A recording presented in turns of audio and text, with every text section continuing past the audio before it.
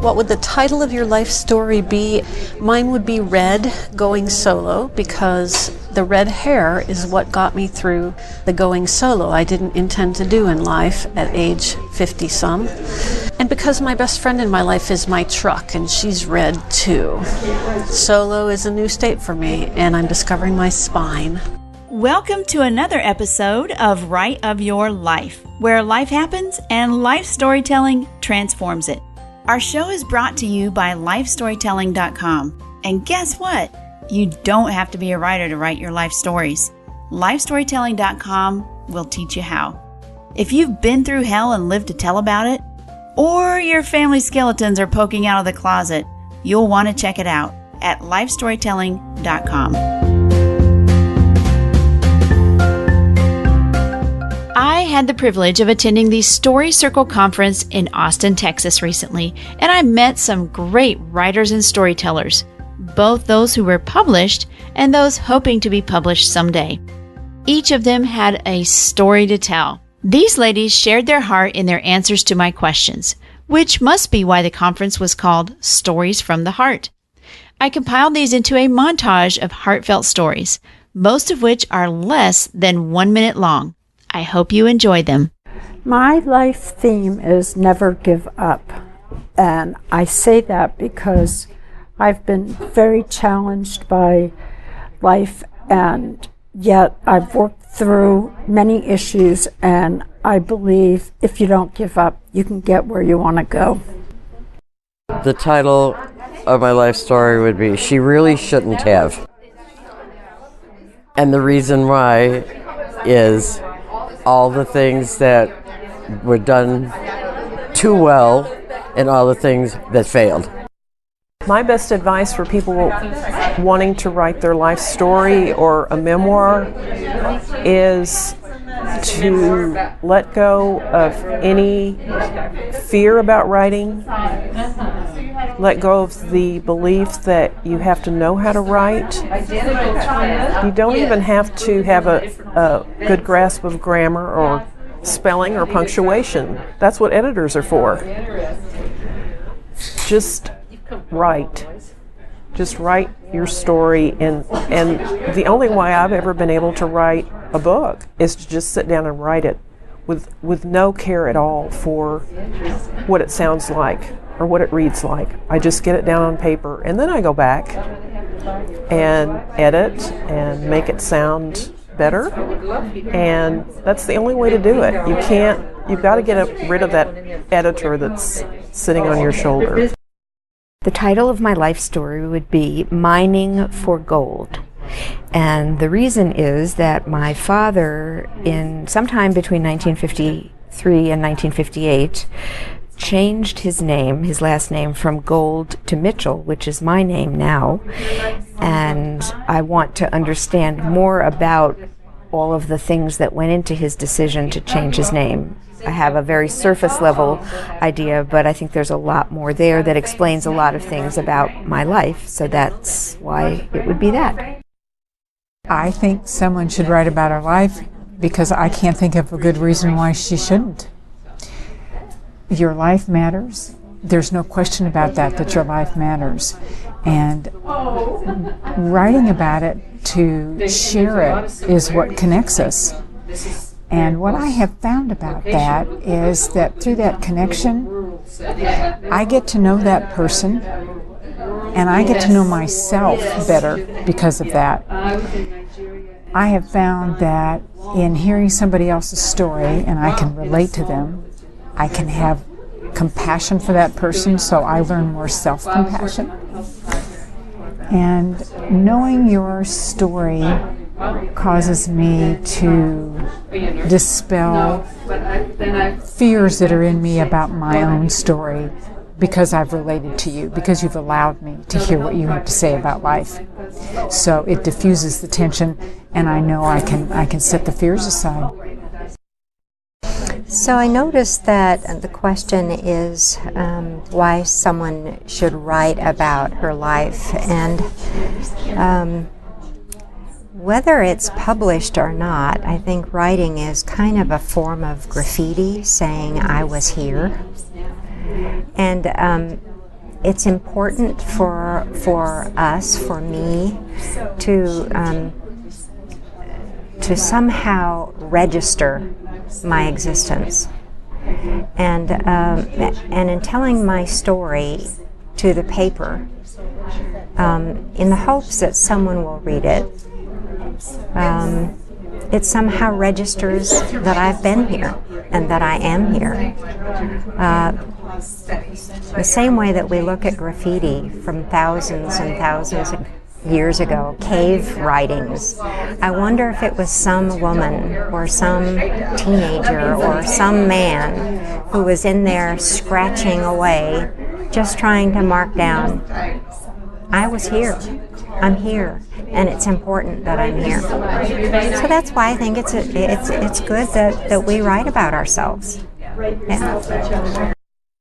What I've discovered about my life or myself from writing a life memoir is that I'm a lot braver than I thought I was, that I wasn't a really good girl. I thought that's what I wanted to be, but I didn't. I wanted to be an activist. I wanted to push the edges, break taboos, and that's what I've done. The best advice I'd give to people that want to write about their life story or their memoir is just write it. Their story's unique. It's like nobody else's in the whole world. Write it. If you don't know how to get it out there in word or book, there's people there that'll help you. Just ask. The title of my life story would be A Thread of Blue. Not because I'm wearing this shawl, but because there's a Levitical commandment that says that in the fringes of your garments you shall wear a thread of blue. And because I have a daughter who's blue-eyed, whom I haven't seen in 12 years, but the memories run through my mind. They're always there on the fringes of memory. So that's the combination I'd be using. Anybody should write about their life because it enriches your memories and it helps the people that love you, and you verify your existence. And you live twice through your writing. I think anybody should write about their life because everybody's life is different. Everybody's life has meaning. And you may just help someone if you write about your life. The other thing about writing about your life is you may learn something about yourself that you didn't know before. I think people should write about their lives because, in my own experience, it was a completely healing effort. If I hadn't written about the relationship I had with my uncle, who had an intellectual disability, I don't think I'd be the person I am today. I spent several years writing about him. I wrote an article for Reader's Digest about him, and then I wrote a book about him, and it was a very healing experience. And I'm so grateful to have known him and grateful that I felt compelled to write about him. It was a very difficult story to write, but I couldn't let it go. I had to do it. My best advice for people wanting to write life memoir or anything else is cushy to tushy, and that is a quote from Susan Albert Whittick. What does that mean? Cushy to tushy. Sit and write. Write. Write every day. Even if it's just for a few minutes, write every day. It becomes a habit, and some days you'll find yourself writing more than just a few minutes. The title of my life story would be Between Wars. I was a journalist for 37 years, and I began during the Vietnam War, and my first real story was an interview with a mother whose son was killed in Vietnam. I cried on the phone with her for 30 minutes before she read some of his letters to me. When I retired 37 years later, it was during the Iraqi War. In the meantime, by 37 years of journalism, I had a daughter who served in Desert Storm. And at the time of my retirement, I had a son who was in Iraq. My life theme is learning how to be with yourself. And once you start learning about who you are and how you're with yourself, you can do a lot of things and build the basis of where you're going and why you're going. And you can build your life theme and actually create your own life. Because a lot of people say, oh, I'm so lonesome, I can't stand to be by myself. Or they're always talking about 2-3 minutes down the road from where they're going, if they're going somewhere. And I think it's very important to be with who you are and be in the now, because you experience life much better. I've discovered a lot of things about myself while I'm writing the story. Right now I'm writing my father's story, actually, and he was something of a character, and I am convinced that he has introverted preferences, the same as I do, which I understand a lot better now than I used to. And a lot of the things he did were really characteristic of what introverted people prefer. So some people thought he was an oddball. And in a way, I suppose it was, because he marched to the tune of his own drummer, so to speak. And so his life has been very interesting, and I have laughed a lot. And I've seen instances of I'm my father's daughter kind of thing. And so that's been fun. I've discovered a lot of other things about myself, too. I've discovered I can write. And that was a big discovery. I was in college, even when I was assigned 300 words. To me, that was like a novel. If I could eke out a few words, I felt I was doing really, really well. But I've had lots of kind instructors and very, very good instructors, very good advice. So that has helped a great deal. I suppose I wouldn't say my ego, but my self-esteem has risen considerably, and it gives you time to reflect. I like the idea that it's a narrative form, not just researching from a newspaper, although that's where I get a lot of my information. But it's more personal, it's more intimate, it flows nicer. It's not detached somehow. So I've discovered I like that part of it very much. And I've discovered a lot of people who have written autobiographies or biographies that I've written about them that I've enjoyed, which I had never did enjoy so much in the past. So it's been a journey, a really nice experience. The title of my memoir is A Long Awakening to Grace, and it's called that because I had 2 challenging children who were gifts, but for a long time I didn't know they were gifts. And in writing my memoir, I found the gifts in the struggle, and it transformed my life and healed my relationship with my daughter. I am such a believer in writing your life story for so many reasons. Number one is to dig into the layers and discover the truth of your life. Writing is healing, it's nurturing, it's an amazing process that sometimes is just very hard to put into words. But sharing our stories is one of the most powerful things that we do. The title of my life story is How to Be a Pure 7 on the Enneagram. 7s are people who love adventure, they love variety, they're willing to try anything. The downside of a 7 is that they can be dilettantes, just trying all kinds of things, master of none kind of thing. But the upside is 7s have lots of enthusiasm, and they're usually pretty likable, and people like us. So the theme for my life has been, oh my goodness, what's next? What can I try next? Oh, I've never done that before. I'll do it.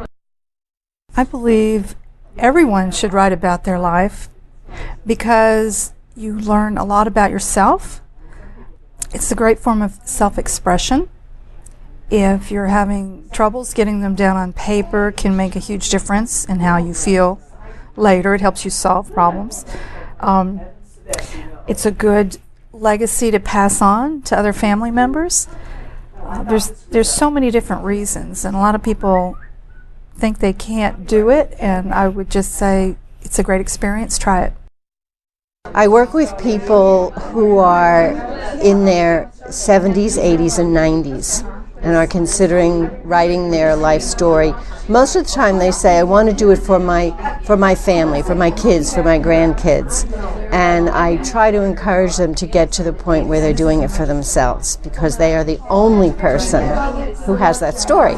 There's no one else that has a story like theirs, and there's no one else who can tell it like they can. Someone can say, well, I've been with you, I can tell your story. And it's very freeing for them. I've seen in working with people that it's very freeing when they read their story and get acknowledgement about themselves. You just see it on their face. I think someone should write about their life because it's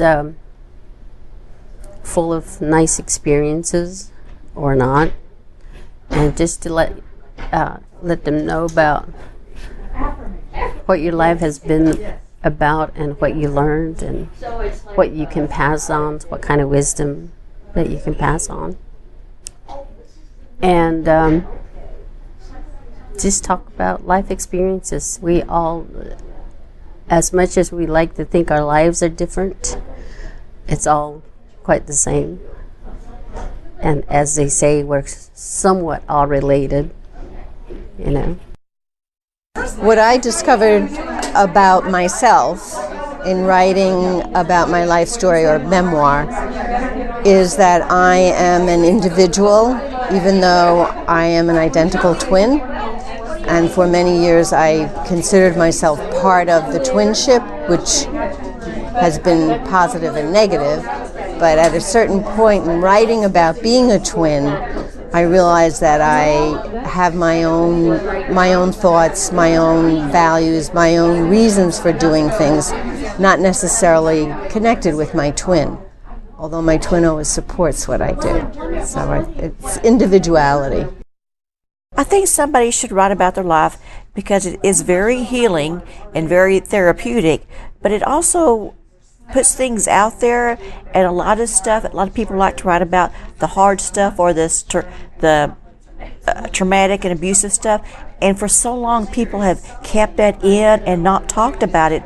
So writing about it puts it out there and exposes it and makes it not so secretive and not so bad, and it is just it helps combat abuse and brings awareness to abuse and lets people know that this kind of stuff does happen and gives them solutions on how to handle it. What one of the most pivotal moments in my life was when I finally asked my Aunt Ellen about her father.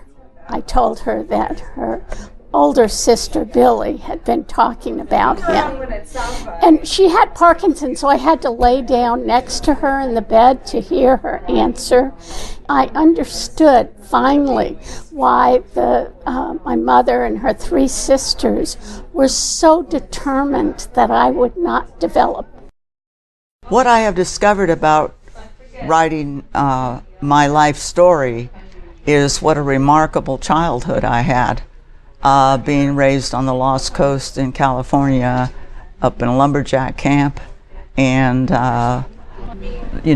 learning how to track and shoot, and surviving the drunken loggers, and surviving 2 chipmunks having a fight in my hair, and my blind stepfather cutting my hair to get them out.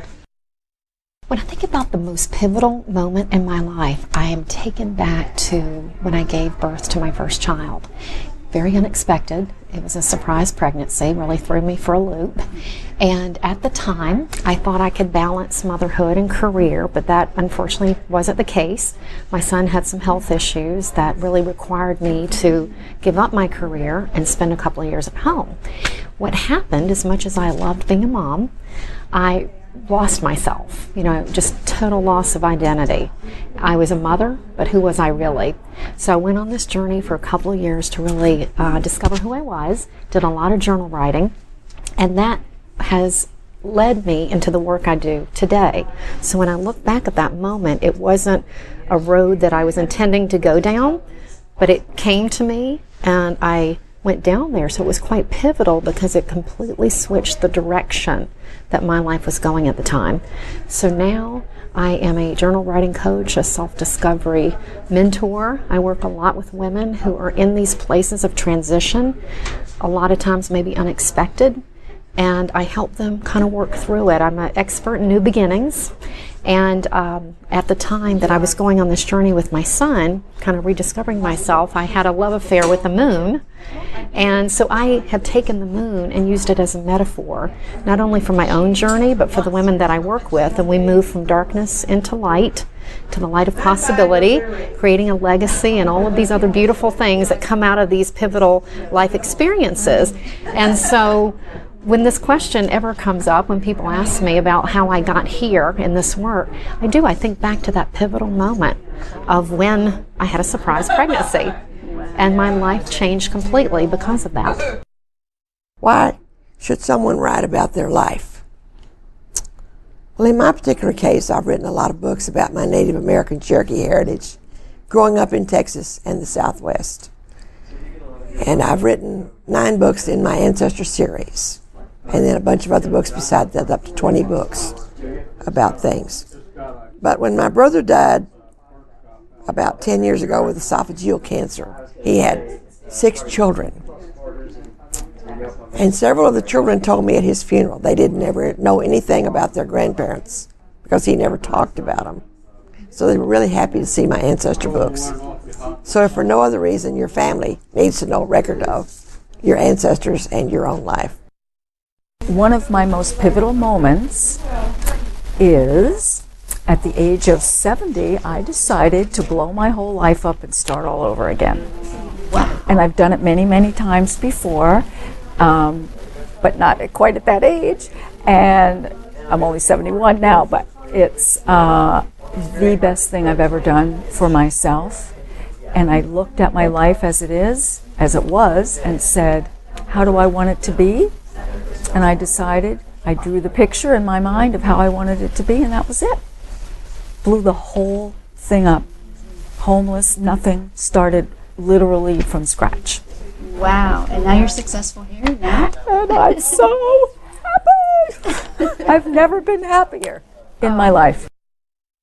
Why should someone write about their life? I think everybody has a story to tell, even if they think it's the same as somebody else's story.